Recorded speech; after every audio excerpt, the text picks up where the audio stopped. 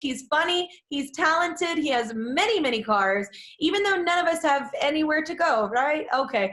He's the host of Jay Leno's Garage, which you can watch Wednesdays on CNBC. I am talking about the one and only Jay Leno. Are you there, Jay? I'm right here. How you doing, Kelly? I'm good. You look sharp. How do you still look this sharp? Look at me. I look like I'm going to a volleyball game, and you look like you're about to host the show again. Like, No. That's what happens when you have a little tiny postage stamp iPhone thing. Everybody looks good, but actually,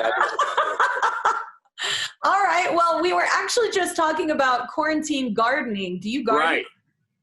Do I garden? You know, I tried between the mulch, the fertilizer, the garden tools. I realized it was costing about $1,500 a tomato, and I realized, okay, well, this is ridiculous. You know, there's really no vegetable shortage. I mean, there's plenty of produce. There's no reason people are panicked like that, you know. So no, I have to say no. The garden thing did not work out in my favor. No, I think the thing that Reed was talking to us earlier about was that he just had some older family members as well. He didn't really want going to the grocery store, so he was like he asked a farmer. And his name is Jacob, the farmer, and he gave his produce away for free just to like pay it forward. And it was really, really sweet. And anyway, I have only gardened once. I actually nailed it, but it just is so time consuming. I don't have a lot of time. Yeah. Plus, I'm more of a carnivore, so if anybody's got an extra cow they don't want, you know, hey, I'll take that. Well, I'm on a ranch, so we've got plenty of those, brother. So okay. Well, then we can work something out. We're not going hungry here. All right. Well, how is quarantine going? Because I know that, you know, you and I are both people that are used to being on the road. So how has it been like being stuck at home? Or really, how hard is it for your wife having you around that much? No, you know something, but I mean, I live sort of a quarantine life. I come home every night when I'm on the road, almost no matter where I am. Unless I'm passing the Mississippi River, anything west of Mississippi, I just come home every night. So it's really not a huge change for me. Plus, I'm a never explain, never complain kind of guy. You know, I don't, like you said, you and I are both very fortunate to be in this business, and we both doing okay, so we don't have to be out there hustling. So yeah, I can't say it's been terrible. It's okay. Yeah, no, I always try and keep perspective, you know, at all times. But are you optimistic about how all this is going to play out, or what are you? Yes, I am. You know, because I saw this Dr. Fauci guy on TV, and he said, this is a war, and we have to fight it like a war. And then a reporter says, well, how do we do that? And he says, by staying home and watching television. I thought, well, if there's any war Americans are uniquely qualified to fight, this one. I mean, I have been training for this my whole life. I sit home and watch TV. How hard is that? Oh, and then I saw like some dopey celebrity. I won't say who it is.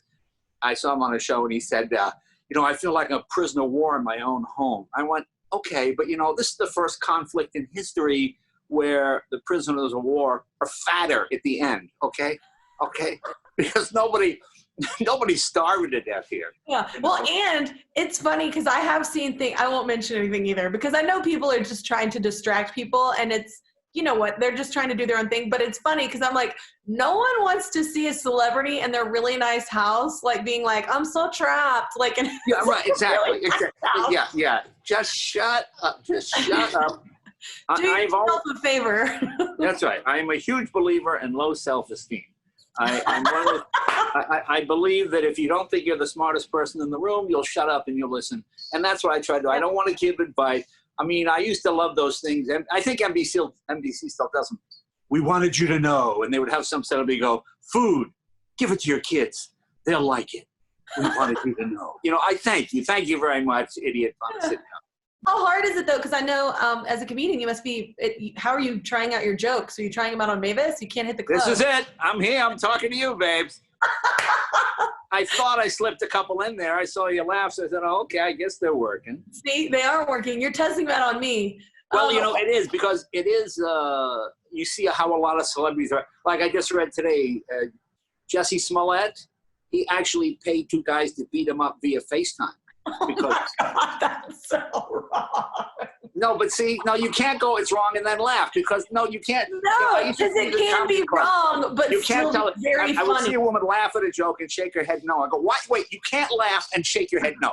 It's either you're offended and you hate it, or you laugh, but you can't go, oh, that's terrible, and then laugh at the joke. No. I think you can be equally offended and also laugh. Like I've laughed, man, when people, especially if they're making fun of me, man, if it's a good one, I'll laugh with you. If it's like funny, I'm like there for it. Like I can shake my head and laugh. I saw on the news that a tiger at the Bronx Zoo has this coronavirus.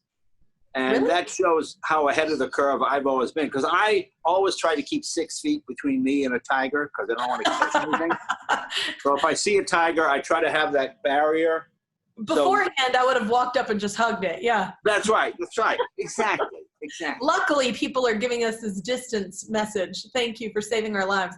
So there are tips. Like they said, the coronavirus can live on plastic for up to 3 days. So if you're in Beverly Hills, don't touch the women. Don't touch anyone's boobs. That's right.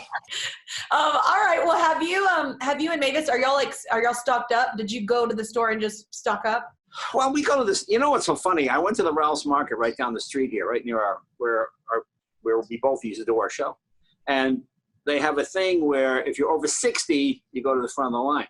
So I'm standing in line, I'm at the end of the line, and the security guard goes, "Hey, Mr. Leno, you're over 60, right?" I go, "Yeah, I'm well over. I'm 70.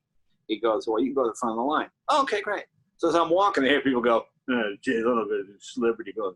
So now I start limping, like Now I'm limping as I'm walking, to get some sympathy.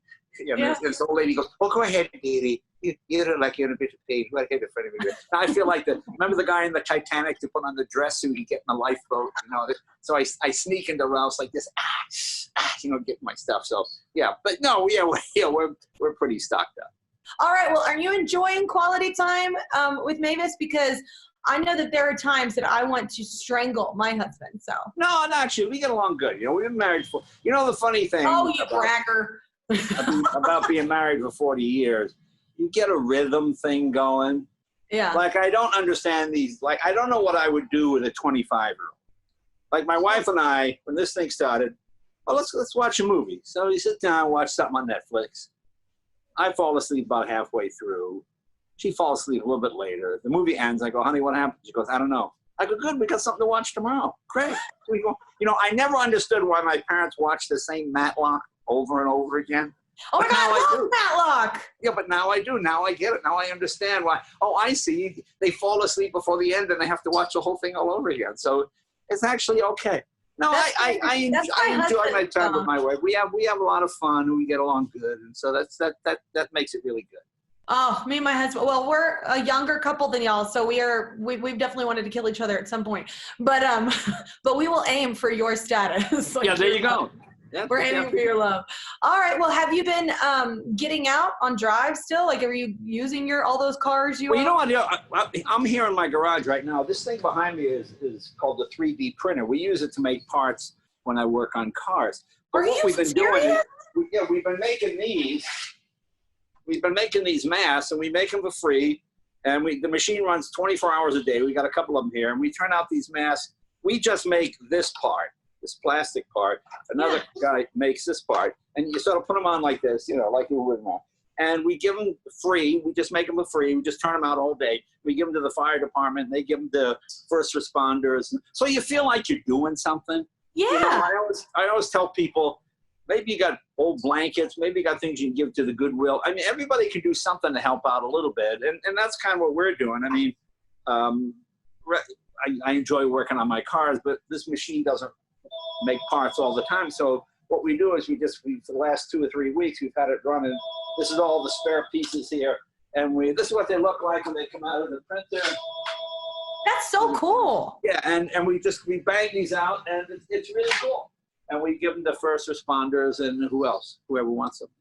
That's really cool. And I know you said it makes you feel good or feel like you're helping, but you are helping. That's a really incredibly cool thing. You could be, like you said, you could just be like a lot of Americans are sitting at home watching TV and eating. Subscribe to my channel. Subscribe to my channel. Subscribe to my channel. Subscribe to my channel. Please don't make me keep going.